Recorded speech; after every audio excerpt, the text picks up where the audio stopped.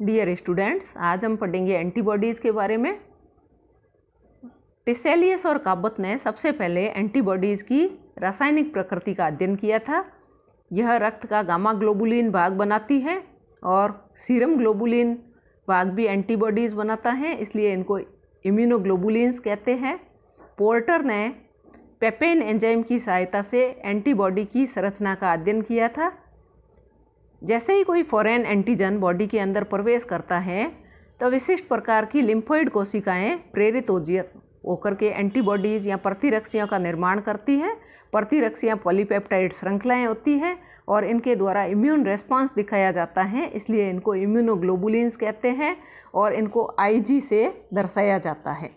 Edelman और उनके साथियों ने एंटीबॉडी ग्लोबुलिन मॉलिक्यूल में एमिनो एसिड चेन्स की खोज की थी। Basic structure of immunoglobulin molecule. Immunoglobulin अणु की बेसिक संरचना या आधारी संरचना। Antibodies are glycoprotein in nature. प्रतिरक्षियाँ प्रकृति में ग्लाइकोप्रोटीन प्रवृत्ति की होती हैं और इनकी संरचना Y के आकार की होती हैं, जिसमें कि 4 पॉलीपेप्टाइड श्रृंखलाएं उपस्थित होती हैं, जिसमें से 2 समान प्रकार की श्रृंखलाएं हेवी चेन्स का निर्माण करती हैं और 2 समान प्रकार की श्रृंखलाएं लाइट चेन्स का निर्माण करती हैं। हेवी चेन्स या भारी श्रृंखलाएं, जिनको कि कैपिटल H से लिखते हैं, और इनमें 440 एमिनो एसिड्स उपस्थित होते हैं। लाइट चेन्स, जिनको कि L से लिखते हैं, कैपिटल L से लिखते हैं, और इनमें 220 एमिनो एसिड्स उपस्थित होते हैं। प्रत्येक पॉलीपेप्टाइड चेन में एक एमिनो एसिड जो कि टर्मिनल पार्ट में उपस्थित होता है, इसके सिरे वाले भाग में उपस्थित होता है, एक सिरे पर उपस्थित होता है, जिसको वेरिएबल रीजन कहते हैं और इसको कैपिटल V से लिखते हैं। इसको अस्थिर क्षेत्र कहते हैं। और दूसरे एंड को, दूसरे सिरे को, जहाँ पर कार्बोक्सी एंड उपस्थित होता है, जिसको कांस्टेंट रीजन कहते हैं, कैपिटल C से लिखते हैं, यानी यह भाग स्थिर होता है। तो इस प्रत्येक पॉलीपेप्टाइड चेन का एक सिरा तो वेरिएबल होता है, यानी अस्थिर होता है, और दूसरा वाला भाग जो कार्बोक्सी एंड है वो स्थिर क्षेत्र होता है।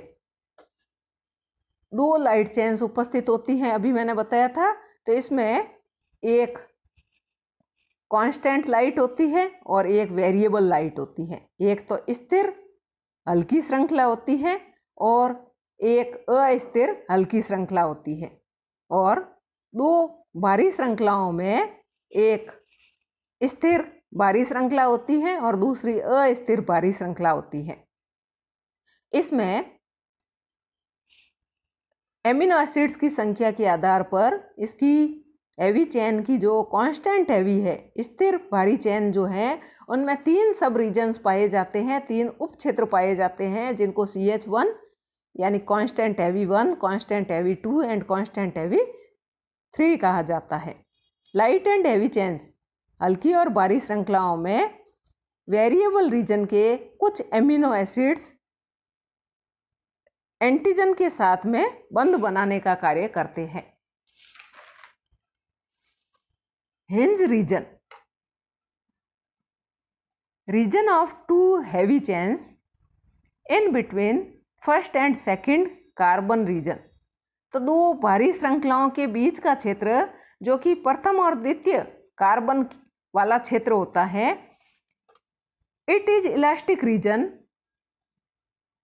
Where effect of enzymes and chemicals are more effective. यह इलास्टिक रीजन होता है, प्रत्यास्थ क्षेत्र होता है, जिसमें कि एंजाइम और रसायनों का सर्वाधिक प्रभाव होता है।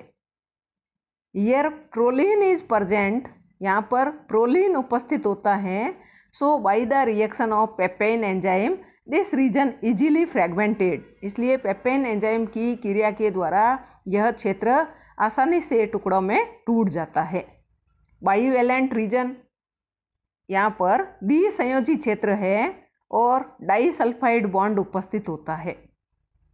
जब एंटीबॉडी की क्रिया पेपेन एंजाइम के साथ में कराई जाती है तो यह 2 टुकड़ों में टूट जाता है। फर्स्ट रीजन को FAB कहते हैं, यानी कि एंटीजन बाइंडिंग फ्रेगमेंट कहते हैं। यह वाला भाग एंटीजन के साथ में जुड़ने का काम करता है।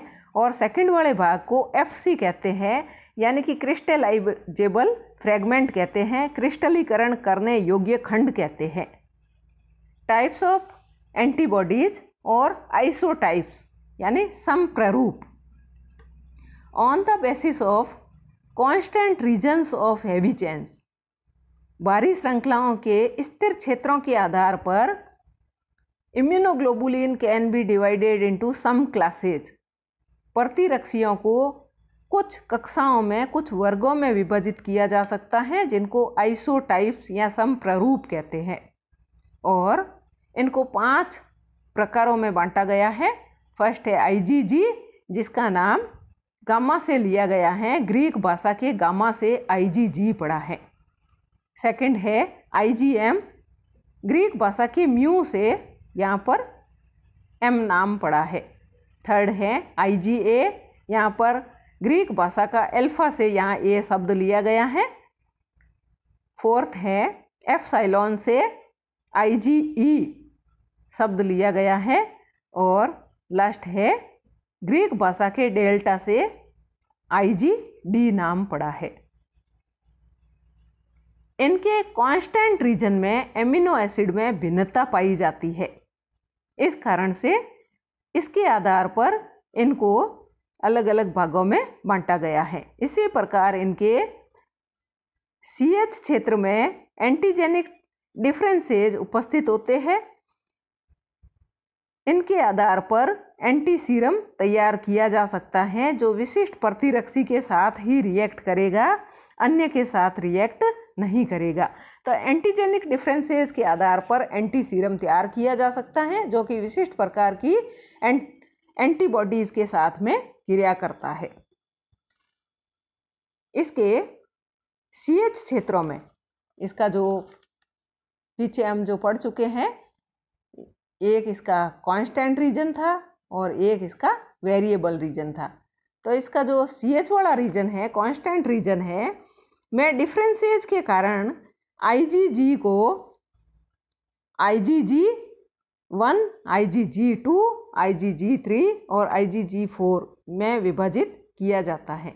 CH क्षेत्रों में डिफरेंसेज के कारण जो इम्यूनोग्लोबुलिन G प्रकार का है, गामा प्रकार का है, इसको 4 भागों में विभाजित किया जाता है। जैसे कि नाम अभी मैंने इनके बताए थे, IgG1, IgG2, IgG3 and IgG4। Light chain के कांस्टेंट रीजन में भी डिफरेंसेज पाए जाते हैं, जिनको आइसोटाइप्स कहते हैं। और यहाँ पर 2 प्रकार के आइसोटाइप्स पाए जाते हैं, कप्पा एंड गामा। तो इसमें दोनों एक साथ में कभी भी नहीं होते हैं। जैसे कि IgG में 2 रूप पाए जाते हैं, या तो IgG कप्पा रूप में पाया जाएगा या IgG गामा रूप में पाया जाएगा। इसी प्रकार से IgM में भी 2 फॉर्म्स पाई जाती है, 2 फॉर्म्स पाई जाती हैं। IgM या तो कप्पा फॉर्म में पाया जाएगा या IgM गामा फॉर्म में पाया जाएगा। तो इसके दोनों रूप, इसके लाइट चेन के भी कांस्टेंट रीजन के जो दोनों रूप हैं, वो कभी भी साथ में उपस्थित नहीं होते हैं। इम्यून सिस्टम, प्रतिरक्षा तंत्र। इम्यूनोजेंस के लिए एंटीबॉडी या प्रतिरक्षी ग्लोबुलिन तैयार करने की क्षमता होती है, प्राणी के जीवन काल में अर्जित की जाती है। तो इम्यून सिस्टम में इम्यूनोजेंस के लिए जो एंटीबॉडीज है या गामा ग्लोबुलिन तैयार करने की क्षमता है, यह प्राणी के जीवन काल में अर्जित की जाती है। और पीछे हम पढ़ चुके हैं कि इस प्रकार की प्रतिरक्षा को एक्वायर्ड इम्यूनिटी कहते हैं। वेरिएबल रीजन, हेट्रोजीनस रीजन की कुछ चेन्स जो हैं, यह अत्यधिक विविधता दर्शाती है। वेरिएबल रीजन यानी अस्थिर क्षेत्र, जो कि हेट्रोजीनस रीजन भी कहलाता है, विषमांगी क्षेत्र भी कहलाता है।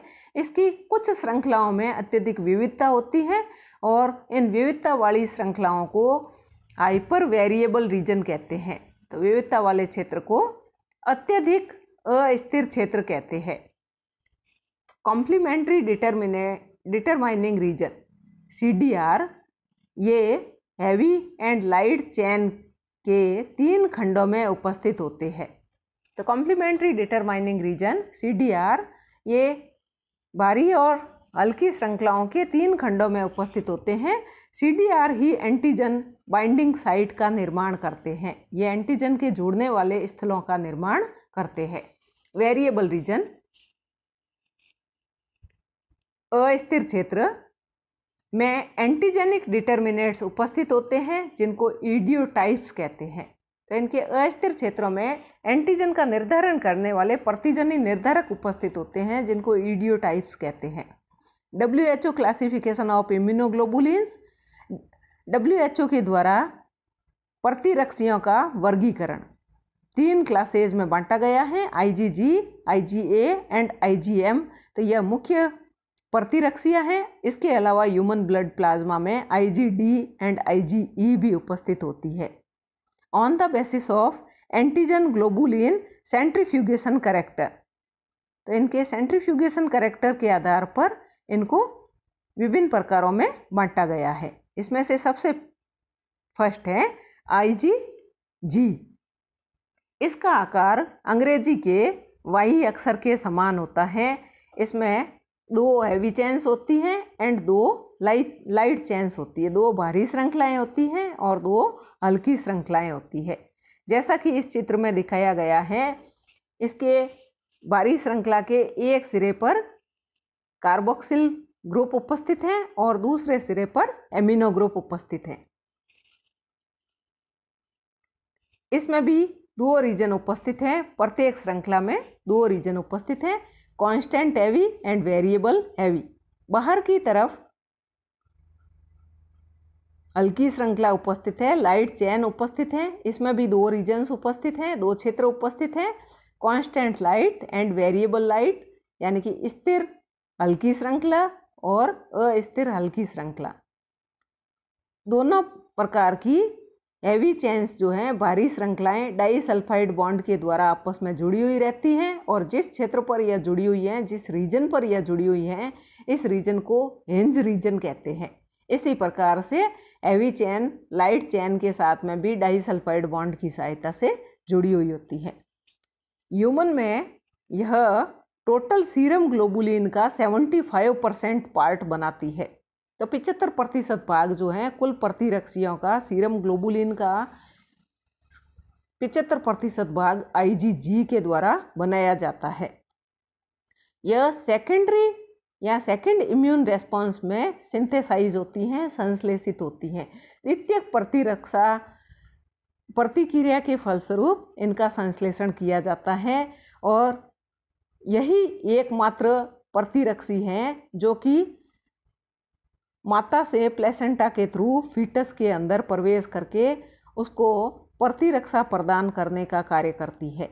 यह बच्चे को शुरुआत के 6 महीनों तक सुरक्षित रखने के काम आती है। आंत्र रोगों में, इंटेस्टाइनल डिजीजेज में यह सुरक्षा करती है। बैक्टीरियल इन्फेक्शन एंड टॉक्सिन्स में सुरक्षा करती है।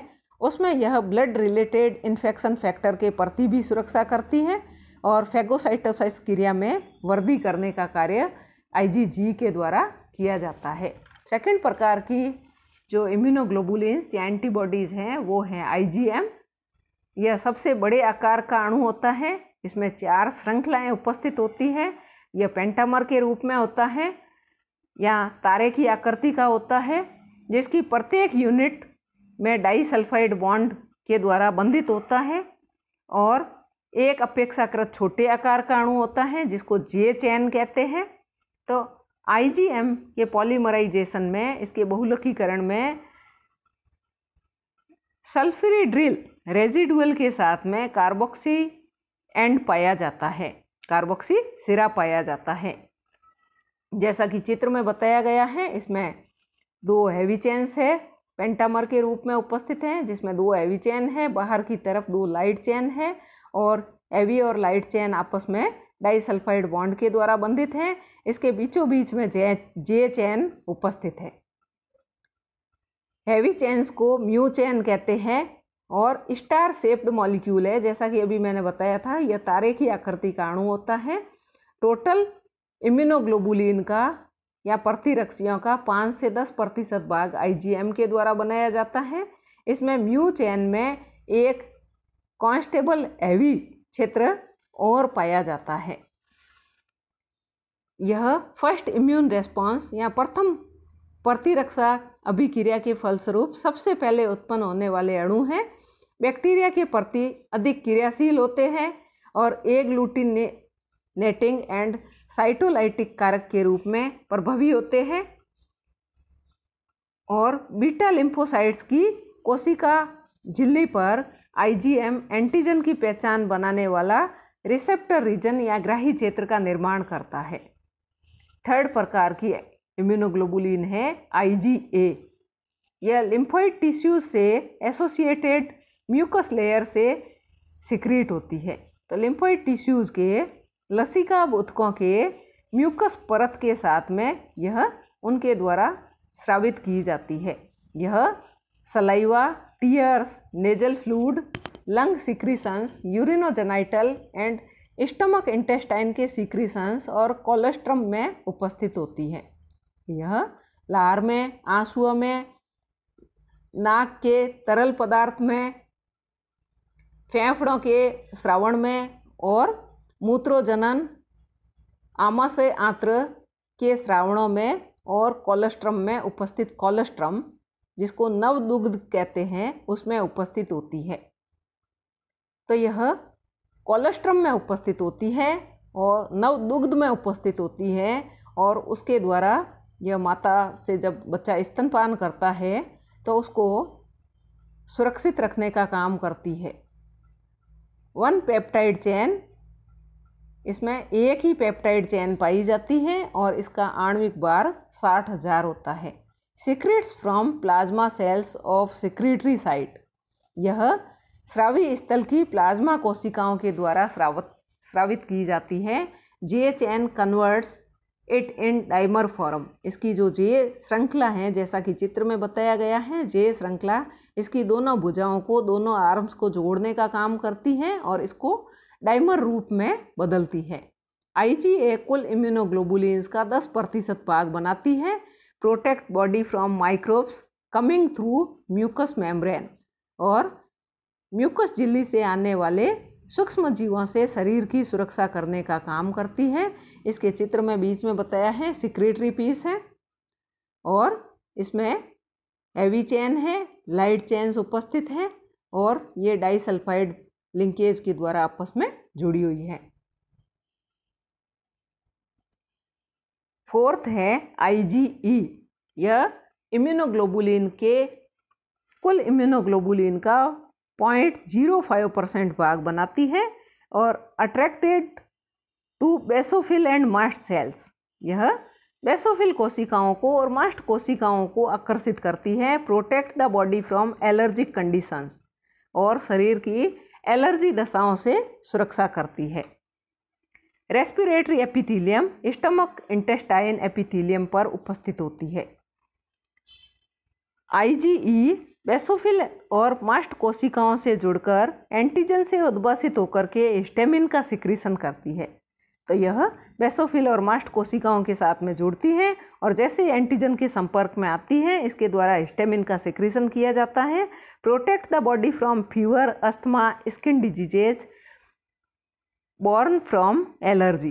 तो एलर्जी के द्वारा होने वाले बुखार, अस्थमा और त्वचा रोगों से शरीर की सुरक्षा करती है।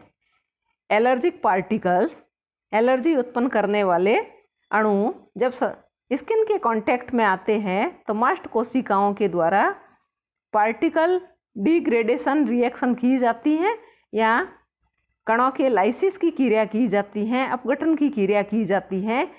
इसको वैसो एक्टिव एमिन फ्री यह होती है और स्किन में इन्फ्लेमेशन करती है। लास्ट है IgD। यह कुल इम्यूनोग्लोबुलिन्स का 1 to 3% पार्ट बनाती है और बीटा लिम्फोसाइट की सतह पर वितरित होती है और इसमें 4 पॉलीपेप्टाइड चेन्स उपस्थित होती है, लेकिन इसका कार्य अभी तक ज्ञात नहीं है। डायग्राम में बताया गया है, इस टेबल में बताया गया है। प्रतिरक्षियों का समूह फर्स्ट है IgA, कुल मात्रा है इसकी 10% और कोलेस्ट्रम में उपस्थित होती है।